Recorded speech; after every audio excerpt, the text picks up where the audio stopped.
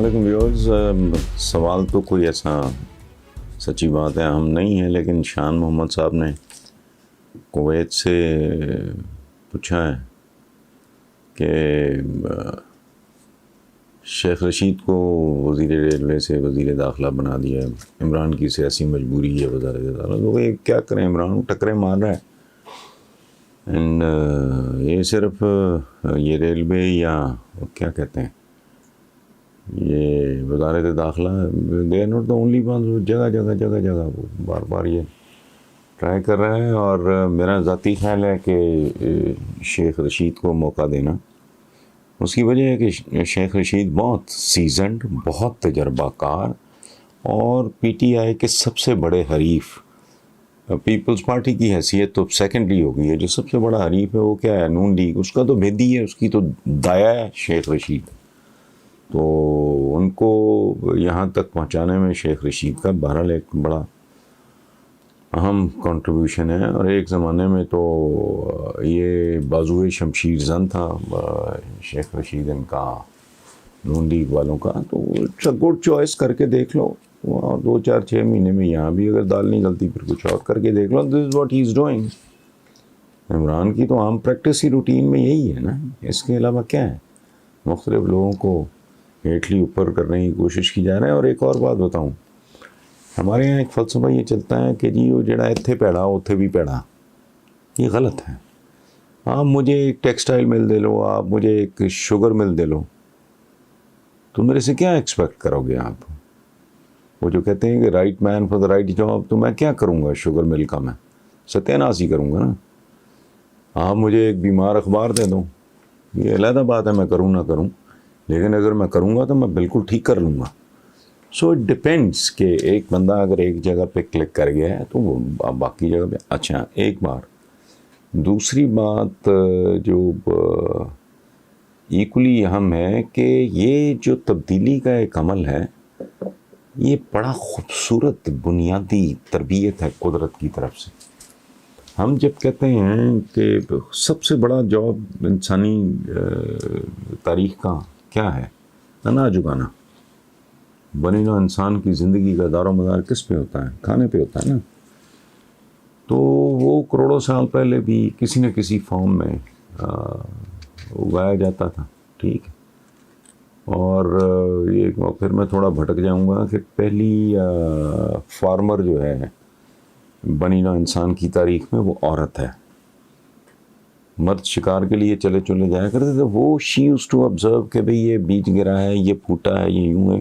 اور پہلی صنعت کار بھی بنی نوع انسان میں وہ عورت ہی ہے، جو گھر بیٹھ کے پیچھے کبھی ٹوکری سیلی، کبھی فلانا کیا. یہ اینی وے یہ میں اور طرف نکل جاؤں گا. تو یہ جو فارمنگ ہے، کھیتی باڑی ہے، یہ بیسیکلی کیا ہے؟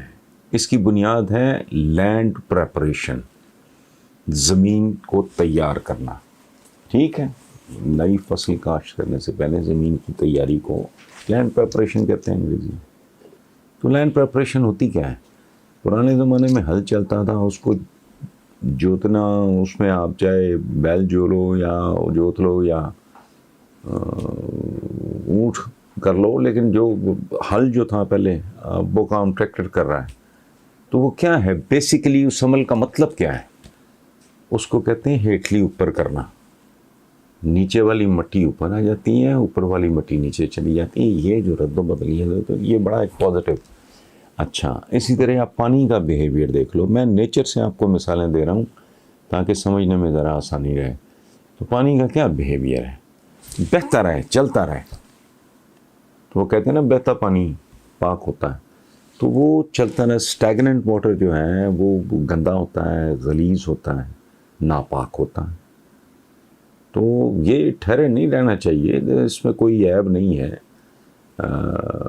یہ کوئی ویس تو ہے نہیں، پڑھے لکھوں کا تو معاشرہ. اب یہ فلوک لگا ہے پی ٹی آئی کا، 20-22 سال انہوں نے دھکے شکے کھائے ہیں، اس کے بعد اقتدار میں آ گئے. ظاہر پلے تو کچھ بھی نہیں ہے. ان میں سے کوئی چندے کوئی شفقت محمود جیسے لوگوں کو چھوڑ کے باقی تو نلے ہیں سارے کے سارے، پیدل ہیں بیچارے، ان کو تو ککھ نہیں پتہ. انہوں نے تو کبھی کوئی بطور گورنمنٹ فنکشنری کام نہیں کیا. بجائے اس کے کہ ایک للو پنجو کو بالکل ایک وزارت مل جائے, وہ ظاہر ہے وہ بیچارہ الٹی سیدھی ہانکے گا, مارے گا. That is what is happening. تو لیٹس پرے. میں پہلے بھی کسی سلسلے میں بھٹو صاحب کی مثال دی ہے, تو ان کے بزرگ وغیرہ کیا تھے, وہ ایسے ہی تھے بیچارے, کان ٹوٹے ہی تھے, گامے ماجے تھے وہ سارے کے سارے, ان کے پاس کوئی ایکسپوئر نہیں تھا. اور دوسری بات میں آپ کو بتاؤں, یہ بہت زیادہ کلیم کرتے ہیں نون لیگ اور یہ نواز شریف, اناڑی آ گیا. تو کیا تھا بھائی, تیری کیا اوقات تھی؟ یہ پہلے مولانا نورانی کے پاس گیا تھا. لوگ عام طور پہ کہتے ہیں کہ he started his political career from Tehreek Istiqlal. یہ غلط ہے. یہ چندہ لے کے وہ کیا جو بھی اس کو کہتے ہیں,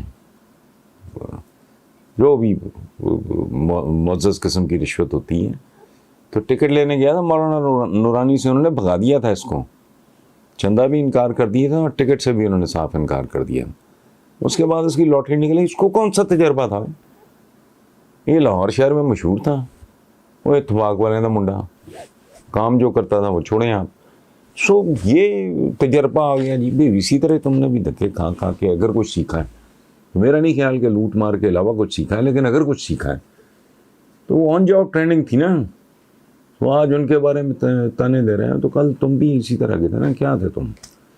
تو پاکستان میں اسی طرح ہی ہوتا ہے, doing and learning at the same time unfortunately, جس کی قیمت پھر قوم کو دینی پڑتی ہے, ملک کو دینی پڑتی ہے. تو باقی کوئی نہیں, شیخ رشید کو ٹرائی کیا ہے تو اچھی بات. Thank you very much. Maha Khan ہیں, پنجاب یونیورسٹی لاہور سے, وہ پرابلی اسٹوڈنٹ ہوں گی. تو وہ پوچھتی ہیں کہ آپ نے کئی حکمرانوں کے دور دیکھے ہیں, پاکستانی عوام کو کس دور میں زیادہ مطمئن اور بہتر زندگی گزارتے پائے ہیں؟ ماں بیٹا, پہلی بات تو یہ ہے کہ میں نے کئی حکمرانوں کے دور, بات تو ٹھیک ہے, لیکن اب ایسا بھی نہیں کہ میں بہادر شاہ ظفر کا میں کلاس فیلو تھا یہ وہ. لیکن بہرحال پاکستان بننے کے بعد جب میں نے ہوش سنبھالا ہے, the school going boy, very young, وہ ایوب خان کا دور تھا. وہ نسبتاً ایک زیادہ مستحکم, متوازن اور بہتر دور تھا. اس میں سارا کریڈٹ ایوب خان صاحب کو نہیں, چونکہ اس کے اکنامک انڈیکیٹرز جس طرح بیان کیے جاتے ہیں وہ درست نہیں ہیں. مجھے اگر آپ نے دوبارہ یا پھر سہبارہ اگر پوچھا تو پھر میں آپ کے ساتھ وہ شیئر بھی کر لوں گا. وہ جو اکانومی کے بارے میں وہ ڈیکیڈ آف عشرہ ترقی, ڈیکیڈ آف پروگریس وغیرہ جسے کہا جاتا ہے, وہ صورتحال اس سے تھوڑی ڈفرینٹ ہے. لیکن ایوب خان صاحب کا جو دور تھا, میں نے لوگوں کو مطمئن دیکھا, اور اس کی وجہ صرف ان کی اکنامک ریفارمز, وہ جو ایک کانسیپٹ آیا تھا ٹرکل ڈاؤن اکانومی کا, اور ڈاکٹر محبوب الحق وغیرہ جیسے لوگوں نے, کہ جی جو 22 خاندانوں کا بڑا رولا تھا اس زمانے میں, کہ ٹاپ پہ 20 30 40 50 خاندان تگڑے کرو تو ٹرکل ڈاؤن. یہ بڑی توہین آمیز ٹرم ہے. ٹرکل ڈاؤن کا مطلب ہوتا ہے کہ بھیڑیے جو کھا لیں گے ان میں سے جو بچا کچا ہوگا نا, ان کے منہ سے جو ریزے گریں گے وہ پھر یہ کتے بلے کھا لیں گے. یہ ٹرکل ڈاؤن افیکٹ یہ کوئی. لیکن بہرحال یہ چونکہ بنیادی طور پہ ہم جیسے ملکوں کا سارا نظام ہے سرمایہ دارانہ نظام, تو اس میں تو یہی کچھ ہے. بہرحال ان کا دور بہتر تھا, جس کا ایک بہت بڑا فیکٹر یہ تھا کہ اس وقت حرص, ہوس, لالچ, طمع کا ہرگز یہ عالم نہیں تھا. اور اس کی وجوہات ہیں, وہاں کچھ لینے کو دکھانے کو تھا ہی کچھ نہیں.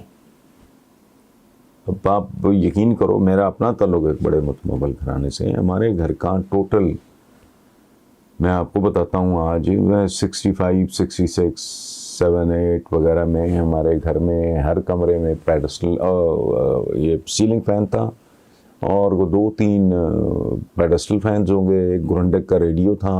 ایک آدھ کوئی اور چیز ہوگی الیکٹرانکس کا ٹوٹل. یہ گاڑیاں ہمارے پاس 2 تھیں، اور تب میں لال پور کی بات کر رہا ہوں، دور دور تک تو گاڑی نہیں تھی کسی کے پاس، اور فاصلے ہی نہیں تھے تو گاڑی کسی نے کیا کرنی تھی؟ یعنی ہمارا ایک گھر پیپلز کالونی میں تھا تو آنا جانا یہ وہ سارا، یہ آئی ڈونٹ نو، مجھے یہ بھی کوئی جواز نہیں، فاصلے ہی نہیں تھے۔ لال پور کیا تھا؟ 8 بازاروں کے ارد گرد باہر پھیلا ہوا۔ اچھا وہ زمانہ تھا جو سائیکل بھی کرائے پہ ملتی تھی، can you believe it? Cycle جیسی جو اب کوئی سواریوں میں سواری نہیں ہے، کرائے پہ ملتی تھی، لوگوں میں قناعت تھی، چونکہ تھا کچھ نہیں، کس پہ خرچ کرنا ہے؟ اب تو یہ جی کہ کس کے گھر میں کتنے ایئر کنڈیشنرز لگے ہوئے ہیں، کون کون سی گاڑی کھڑی، تو کچھ بھی نہیں۔ 2 طرح کی بیسیکلی 2 طرح کی گاڑیاں ہوتی تھیں۔ جو روسات ہیں، فیوڈلز تھے، وہ امریکن گاڑیاں استعمال کرتے تھے۔ وہ کیا؟ شیولے ہوتی تھی، کیڈلک ہوتی تھی، بیوک ہوتی تھی، اس طرح کی گاڑیاں لمبی لمبی، ٹھیک ہے۔ یا پھر اپر مڈل کلاس اور متمول لوگوں کے لیے گاڑیاں تھیں مورس، انگلش کار تھی۔ یہ جاپنیز گاڑیوں کا تو وجود ہی نہیں تھا۔ یہ مورس، اوپل، یہ وہ اس طرح کوئی انگلش گاڑیاں، تو کچھ وہ اپنا جرمنی کی گاڑیاں، فاکس ویگن ہوتی تھی، وہ جرمنی کی تھی۔ یہ تو وہ 3 گاڑیاں ہوتی تھیں، گاڑی نظر ہی نہیں آتی تھی۔ سو دنیا ہی اور تھی، ریتلی اور تھی، پریورٹیز ہی اور تھیں۔ اب تو ایک ریٹ ریس ہے، ریٹ ریس کہتے ہیں، اردو میں ترجمہ تو بنتا ہے اس کا چوہوں کی دوڑ۔ تو یہ انگریزی کا ایک ایکسپریشن ہے ریٹ ریس، تو اس کو انگریزی میں ہی ایکسپلین بھی کرتے ہیں کہ even if you one you will remain a rate, یعنی چوہا دوڑ ہے، اگر تم جیت بھی جاؤ گے تو رہو گے چوہے ہی۔ مطلب وہ اتنی وہ لسٹ ہوتی ہے، بھاگے پھرتے ہیں لوگ۔ کوئی میں اپنے ارد گرد دیکھتا ہوں، لوگوں کو سکھ سکون کا کوئی ہے نہیں، کوئی بندہ تیار نہیں ہے کہ اچھا یار یہاں نا فل سٹاپ لگا دینا، کافی ہو گیا، بچے اچھا پڑھ گئے ہیں، ان کے پاس ٹیک آف کے لیے مناسب ریزنیبل ہیں، تو بس ٹھیک ہے، آرام کرو، موج کرو۔ نہیں، بھگے پھرتے ہیں کتوں کی طرح۔ یہ جو آپ دیکھتے ہو پبلک ریلیشننگ اس سوسائٹی میں جو ہو رہی ہے، کوئی ادھر بیٹھا کوئی ادھر بھاگا جا رہا ہے، آلویز آن دا رن۔ تو نہ زرعی معاشرہ ہے یہ، نہ صنعتی معاشرہ ہے یہ، ایک عجیب و غریب طرح کا۔ بہرحال ایوب خان صاحب، اس کے بعد جو پھر میں نے باقاعدہ بلوغت میں، ہوش میں جو میں نے دیکھا، وہ تھا دور پرویز مشرف صاحب کا، ڈیفینیٹلی۔ لیکن یہ وہ ادوار ہوتے ہیں جہاں چونکہ ڈنڈا پوری طرح ہاتھ میں ہوتا ہے نا، بندہ ایک مارشل ایڈمنسٹریٹر، فیلڈ مارشل ہے ہو، تو وہ آپ مارشل ایڈمنسٹریٹر پرویز مشرف صاحب نے کہلایا نہیں کہلایا، لیکن ہی واز آل مائٹی۔ یہ باندر نہیں بیٹھے ہوتے تھے، وہ ایک فرد واحد تھا، وہ اپنے فیصلے کرتا تھا۔ بڑی بات ہے، جس کو ذہین سمجھتا تھا، بہتر سمجھتا تھا، اس سے مشاورت کر لیتا تھا، اور اللہ اللہ خیر صلاح کو، لمبے چوڑے نہیں، ڈنڈا، ٹھیک ہے۔ ریڈ ٹیپزم کا کوئی رواج نہیں تھا، وہ جو جسے بیوروکریسی کہتے ہیں، اس میں منی بلڈوز کر کے وہ گزر کے اپنا کام کر لیتے تھے۔ لیکن جسے لانگ ٹرم کہتے ہیں، کبھی آپ غور کرو تو فوجی جو ہمارے ادوار ہیں، ان کے بعد بھی اگر سلسلہ ڈوب گیا، اس کا مطلب ہے کہ وہ کوئی اس کی کوئی مستحکم بنیادیں تھیں نہیں، اس لیے وہ فوراً ہی کرمبل کر جاتا ہے جب ایک اس طرح کا، جو آپ ڈکٹیٹر کہہ لو، میں تو نہیں، میں تو ایوب خان صاحب کی بہت عزت کرتا ہوں، پرویز مشرف صاحب کے ساتھ تو میرا ذاتی تعلق بہت ہے، اور وہ بہت عالی شان اور بہت ہی زبردست آدمی ہے، اس میں کوئی شک نہیں۔ تو لیکن بہرحال اس طرح کا ہے، it's very difficult to see anything. دور پاکستان کا سب سے خوبصورت تو وہ ہوگا میرے نزدیک، اور اس کے بعد پھر واپسی نہیں ہوگی۔ وہ اتنا مضبوط، مستحکم اور گہری کھدی ہوئی بنیادوں پہ ہوگا کہ پھر اس میں ریورس کے چانسز تقریباً ناممکن ہو جائیں۔